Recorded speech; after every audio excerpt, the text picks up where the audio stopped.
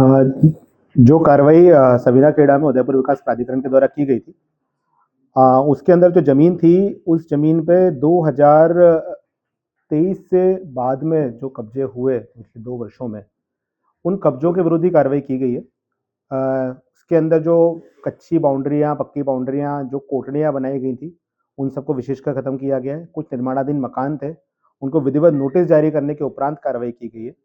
और किसी भी व्यक्ति को जो रहवास वहाँ कर रहा था, उनको नहीं उस दिन हटाया गया है।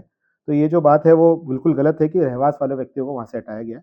ये जो कार्रवाई उदयपुर विकास प्राधिकरण ने करी है, इसमें पूरी जाँच की विधिवत जो जाँच की बात की गई थी।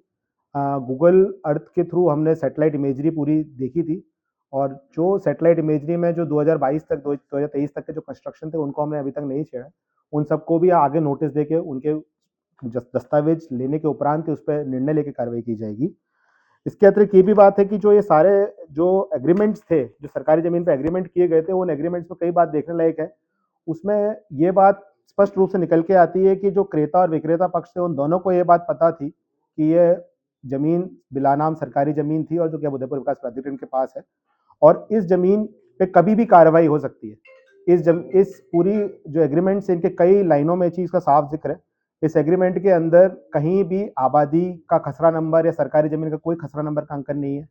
इसमें लेन-देन पूरी कैश में दिखाई गई है, और इसमें साथ में ये बात भी लिखी हुई है कि अगर भविष्य में कोई भी कार्रवाई उदयपुर विकास प्राधिकरण राज्य सरकार के द्वारा की जाएगी, तो विक्रेता का इसमें कोई भी ज़िम्मेदारी नहीं रहेगी, और क्रेता इसमें कभी भी कोई न्यायालय में वाद-विचार नहीं कर सकता है।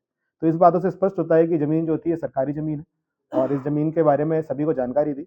मैं आप सभी के माध्यम से आज उदयपुर के वासियों को और समस्त उदयपुर के आसपास के लोगों से यही गुजारिश करना चाहूँगा कि इस तरह के झांसों में ना आएँ।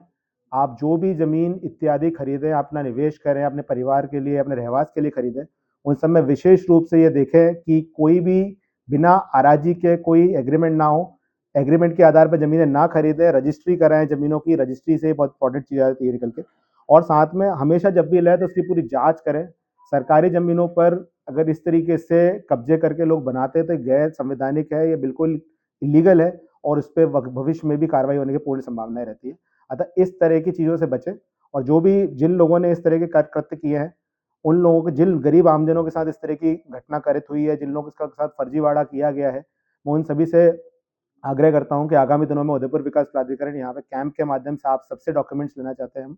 आप अपने दस्तावेज हमको दें, ताकि हम उस पर विधिवत जांच करके आगे कार्रवाई कर सकें, और जो असल में दोषी है उन लोगों के विरुद्ध हम कार्रवाई कर पाएँ।